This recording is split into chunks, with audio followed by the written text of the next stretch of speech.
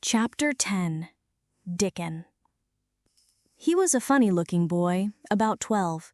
He looked very clean, and his nose turned up, and his cheeks were as red as poppies, and never had Mistress Mary seen such round and such blue eyes in any boy's face. And on the trunk of the tree he leaned against, a brown squirrel was clinging and watching him, and from behind a bush nearby, a cock pheasant was delicately stretching his neck to peep out. And quite near him were 2 rabbits sitting up and sniffing with tremulous noses, and actually it appeared as if they were all drawing near to watch him and listen to the strange, low little call his pipe seemed to make. When he saw Mary, he held up his hand and spoke to her in a voice almost as low as, and rather like, his piping. "Don't thou move," he said. "It'll flight 'em." Mary remained motionless. He stopped playing his pipe and began to rise from the ground. He moved so slowly that it scarcely seemed as though he were moving at all, but at last he stood on his feet, and then the squirrels scampered back up into the branches of his tree, the pheasant withdrew his head, and the rabbits dropped on all fours and began to hop away, though not at all as if they were frightened. "I'm Dickon," the boy said. "I know thou art Miss Mary." Then Mary realized that somehow she had known at first that he was Dickon. Who else could have been charming rabbits and pheasants as the natives charm sneaks in India? He had a wide, red, curving mouth, and his smile spread all over his face. "I got up slow," he explained, "because if thou makes a quick move, it startles 'em. A body has to move gentle and speak low when wild things is about." He did not speak to her as if they had never seen each other before, but as if he knew her quite well. Mary knew nothing about boys, and she spoke to him a little stiffly because she felt rather shy. "Did you get Martha's letter?" she asked. He nodded his curly, rust-colored head. "That's why I come." He stooped to pick up something which had been lying on the ground beside him when he piped. "I've got the garden tools. There's a little spade and rake and a fork and hoe. They are good ones. There's a trowel, too. And the woman in the shop threw in a packet of white poppy and one a blue larkspur when I bought the other seeds. Will you show the seeds to me?" she said. She wished she could talk as he did. His speech was so quick and easy. It sounded as if he liked her and was not the least afraid she would not like him, though he was only a common moor boy, in patched clothes and with a funny face and a rough, rusty red head. As she came closer to him, she noticed that there was a clean, fresh scent of heather and grass and leaves about him, almost as if he were made of them. She liked it very much, and when she looked into his funny face with the red cheeks and round blue eyes, she forgot that she had felt shy. "Let us sit down on this log and look at them," she said. They sat down, and he took a clumsy little brown paper package out of his coat pocket. He untied the string, and inside there were ever so many neater and smaller packages, with a picture of a flower on each one. "There's a lot of mignonette and poppies," he said. "Mignonette's the sweetest smellin' thing as grows, and it'll grow wherever you cast it, same as poppies will. Them as'll come up and bloom if you just whistle to 'em, them's the nicest of all." He stopped and turned his head quickly, his poppy-cheeked face lighting up. "Where's that robin as is callin' us?" he said. The chirp came from a thick holly bush, bright with scarlet berries, and Mary thought she knew whose it was. "Is it really calling us?" she asked. "Aye," said Dickon, as if it was the most natural thing in the world. "He's callin' someone he's friends with. That same as sayin', 'Here I am, look at me, I wants a bit of a chat.' There he is in the bush. Whose is he?" "He's Ben Weatherstaff's, but I think he knows me a little," answered Mary. "Ah, he knows thee," said Dickon in his low voice again, "and he likes thee. He's took thee on. He'll tell me all about thee in a minute." He moved quite close to the bush, with the slow movement Mary had noticed before, and then he made a sound almost like the robin's own twitter.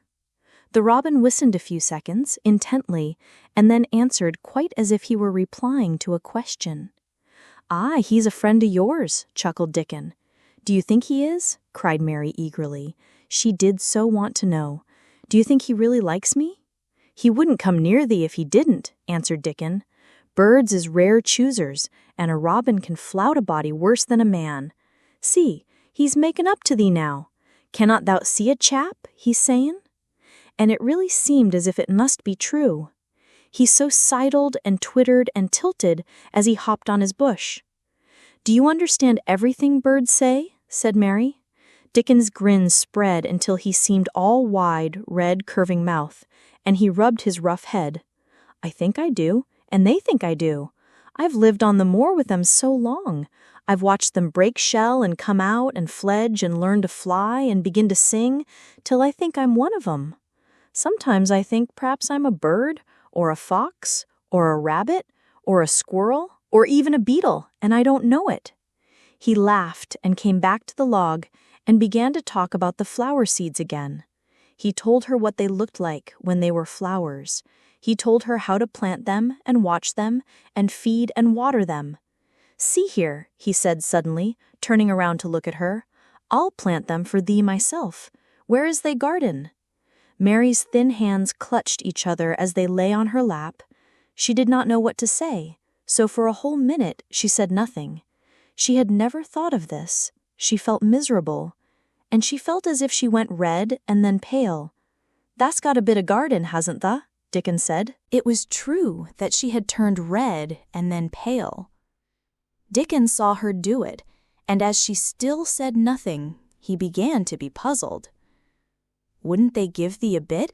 he asked. "Hasn't thou got any yet?" She held her hands tighter and turned her eyes toward him. "I don't know anything about boys," she said slowly.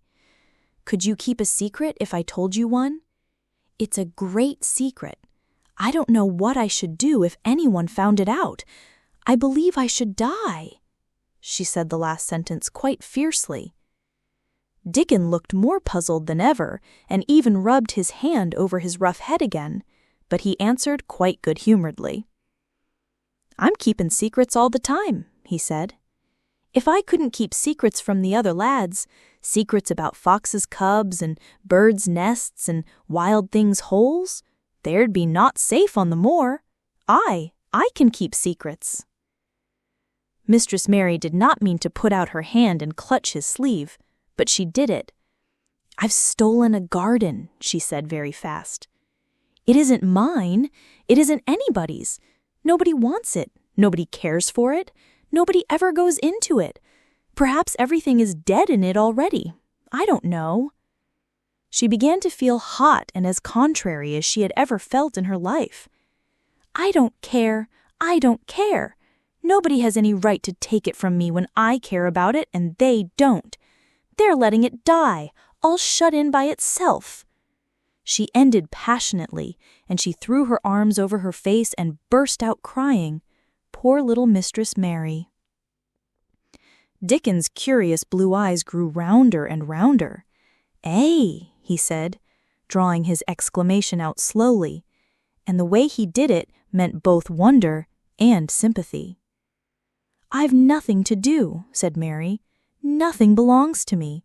I found it myself, and I got into it myself. I was only just like the robin, and they wouldn't take it from the robin." "Where is it?" asked Dickon in a dropped voice. Mistress Mary got up from the log at once. She knew she felt contrary again and obstinate, and she did not care at all. She was imperious and Indian, and at the same time hot and sorrowful. "Come with me, and I'll show you."